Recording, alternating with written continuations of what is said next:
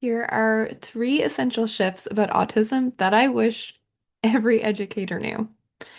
And once you see them, it won't just change how you think about your students, it changes how you show up to support them in real classroom moments. Hi, I'm Erin. I'm a neurodiversity affirming speech language practitioner and founder of Wild Seeds SLP. I help educators and school teams better understand their autistic students and support them in ways that actually match how their brains work. And I'm here to support you in creating neuro-inclusive classrooms so that all students can access learning, communicate, and know that they belong. The first essential shift for educators is how we understand the autism spectrum. We've been taught to think of the spectrum like a line, with high functioning on one end and low functioning on the other. And this gives us the idea that students are somehow more or less autistic. But we're learning that that's actually not accurate at all, because autism isn't a line, it's a natural neurotype with a lot of variation. So instead of a line, it's more helpful and accurate to think of it as a color spectrum wheel that shows us a student's profile. So each slice of the color wheel represents a different area like communication, sensory processing, regulation, motor planning, social interaction, and learning.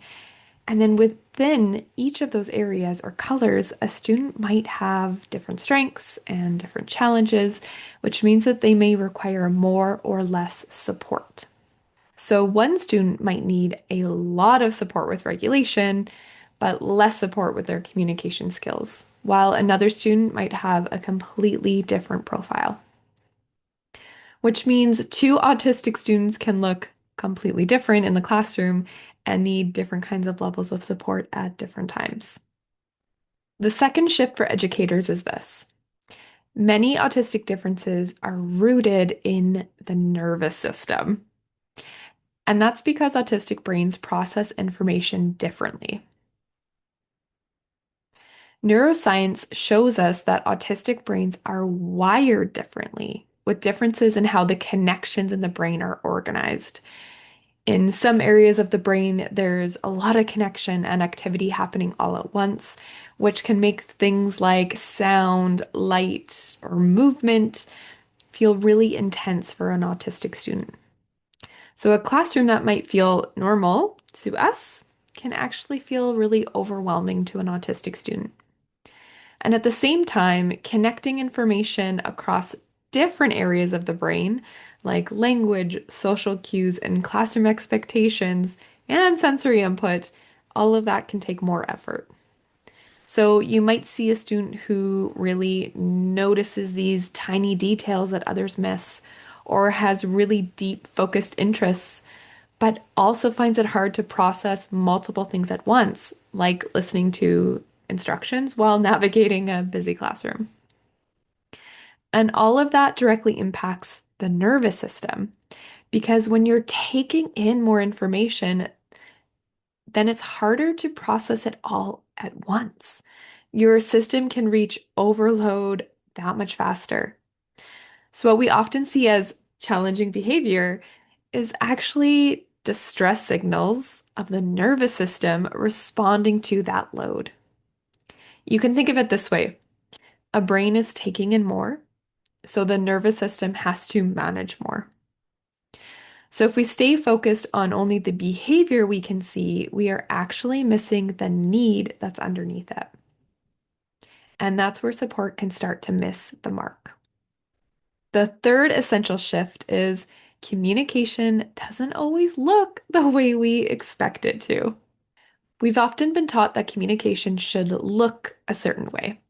Back and forth conversation, answering and asking questions, using eye contact, using spoken words. But communication isn't a one size fits all. And for autistic students, it can look different. Autistic students are constantly communicating, but it might look different from what we're just used to seeing. And because of that, we can sometimes miss their messages. So you might see a student who needs more time to process before responding to you, They might communicate through gestures or body positions or their actions. They might use scripts or repeated language that might not seem relevant at first, but actually carry so much meaning and emotional depth for them. They're showing us things like their emotions, their interests, what they like and don't like, and how they're experiencing the moment.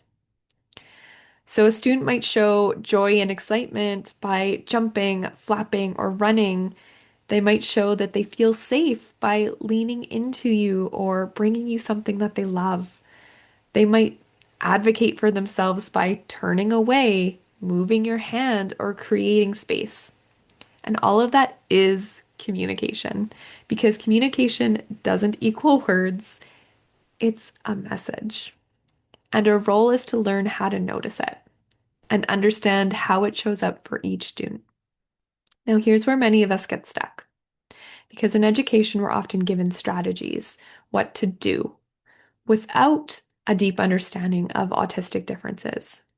Or we start learning the understanding, but in real classroom moments, we're not always sure how to respond. But it's not one or the other. It's actually the combination of both that actually changes support. When we have a strong understanding of autistic differences and we start responding in ways that match that understanding, that's when things start to shift.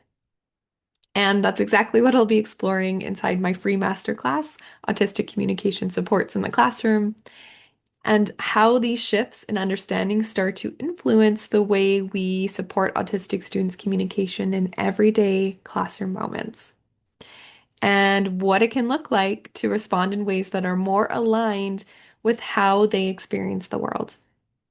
So I can't wait to connect with you in the masterclass soon.